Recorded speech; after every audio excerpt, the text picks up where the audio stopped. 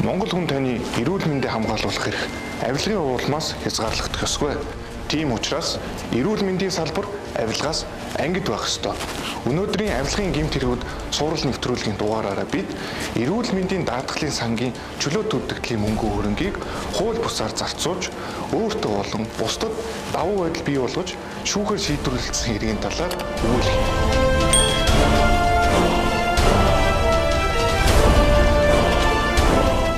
2019 онд авилгатай тэмцэх газрын мөрдөгчид гэмт хэргийн шинжтэй мэдээлэл ирэв. Энэхүү мэдээлэлд эрүүл мэндийн даатгалын сангийн чөлөөт үлдэгдлийн мөнгөн хөрөнгийг самд ашиггүй байдлаар зарцуулж байгаа тухай дурджээ. Анхны мэдээлэл нь 2019 онд авагдаад эрүүл мэндийн даатгалын ерхий газрын эрх бүхий удирдах албан тушаалтнууд эрүүл мэндийн даатгалын чөлөөт үлдэгдлийн сангийн мөнгөн хөрөнгийг зориултын бусаар зарцуулсан гэх мэдээлэл авагдаж миний давуу шалгалтын ажиллагаа явуулаад бүхий л байдлаараа нотлох ажиллагаа хийж баримтжуулалт явуулсан. Мөрдөгч энэхүү мэдээллийг лавшруулан шалгах явцад сангийн хөрөнгнөөс тэрбумаар тоологдох мөнгнүүд өөр хүүтэйгээр арилжааны банкудад хадгалагдсан байна.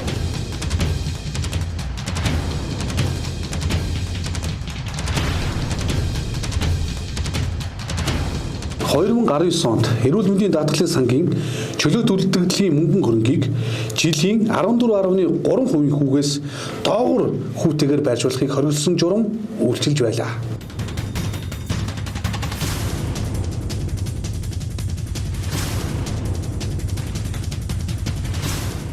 Гэтэл сангийн мөнгөн хөрөнгөөс 30 тэрбум төгрөгийг жилийн 7% хүүтэйгээр нэгэн арилжааны банкнд хадгалуулахаар гэрээ байгуулсан байжээ. Эрүүл мэндийн даатгалын сангийн үндэсний зөвлөлөөс баталсан журамд жилийн 14.3 хүүтэй хадгалуулж байхаар журмалсан ч даруй нэг дахин бага буюу 7% хүүтэйгээр банкнд хит их ашигтай нөхцлөөр хадгалуулах шийдвэрийг эрүүл мэндийн даатгалын ерхий газрын даргаар ажиллаж байсан этгээд гаргасан байлаа.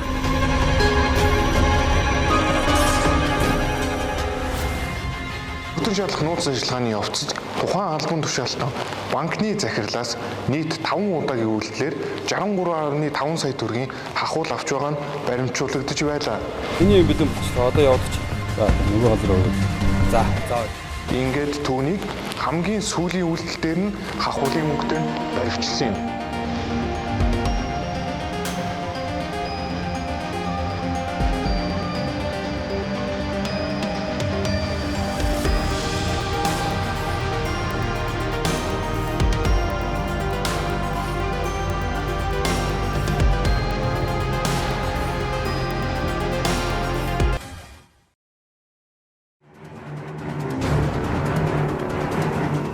Угтаа бол дээрх албан тушаалтан эрүүл мэндийн даатгалын сангийн хөрөнгийг аль болох самд ашигтай байдлаар байршуулах түүнийг өсгөх үүрэгтэй итгээд байлаа.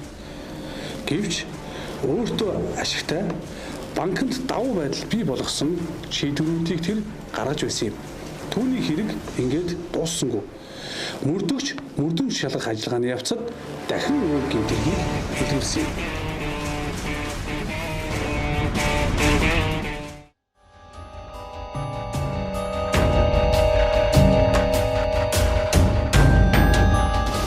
Хүнд ажлын дадлага туршлагаас улбаалсан зүн совин мэдрэмж гэдэг зүйл байдаг.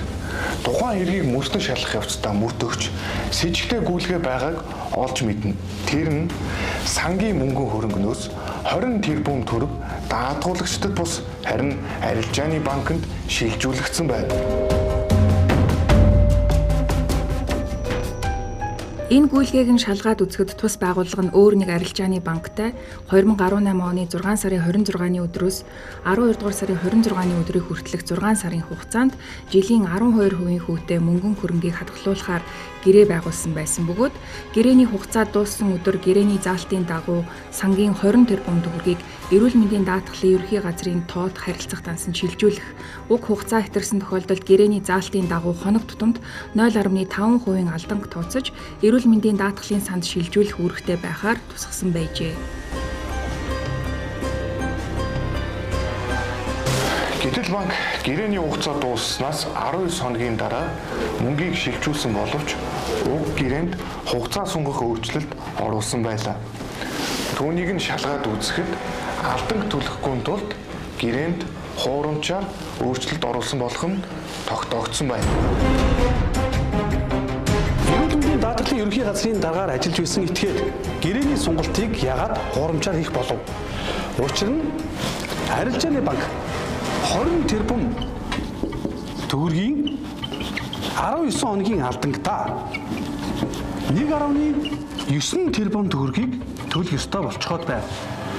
Гэтэл гэрээний сунгалтыг хуурамчаар хийсний дүнд даатгуулагчдад очих ёстой байсан 1.9 тэрбум төгрөг банкнда үлдсэн байжээ.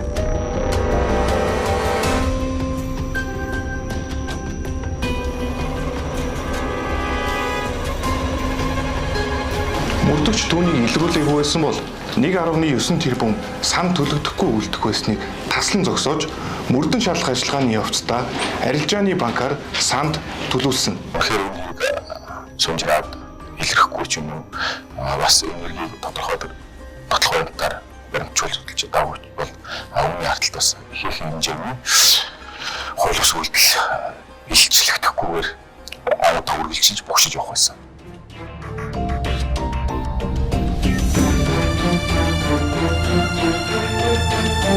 Шүүгээс түүнийг гин буруутай тооцож, учруулсан хөрлийг нөхөн төлөвлөж, эрүүгийн хариуцлага хүлээлгэсэн.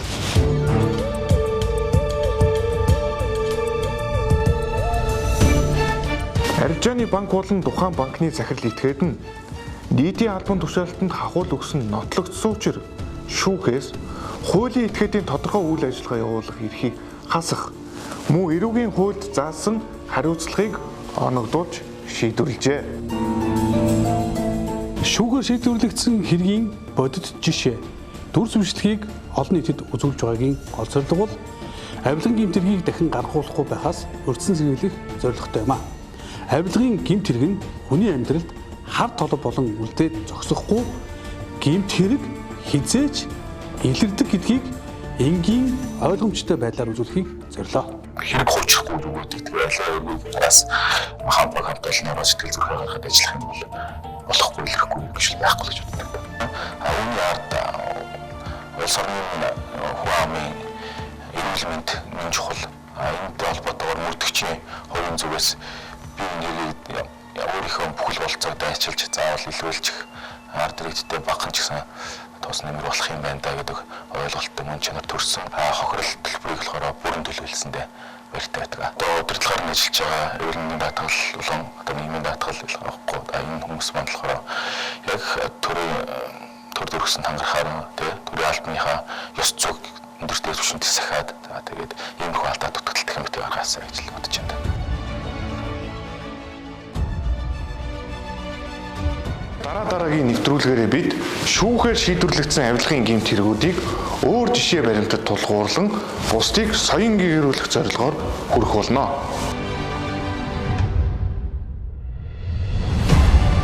Хулгайчид айлын гэрийг ухахдаа гэрлийг нь асаадаггүй адил авилгачид ард түмнийг соён гэгэрүүлэх дургу байдаа гэж эдийн засагч Төр хотын онцлосныг нэвтрүүлэгтээ иш татан хүргэхийг хүслээ.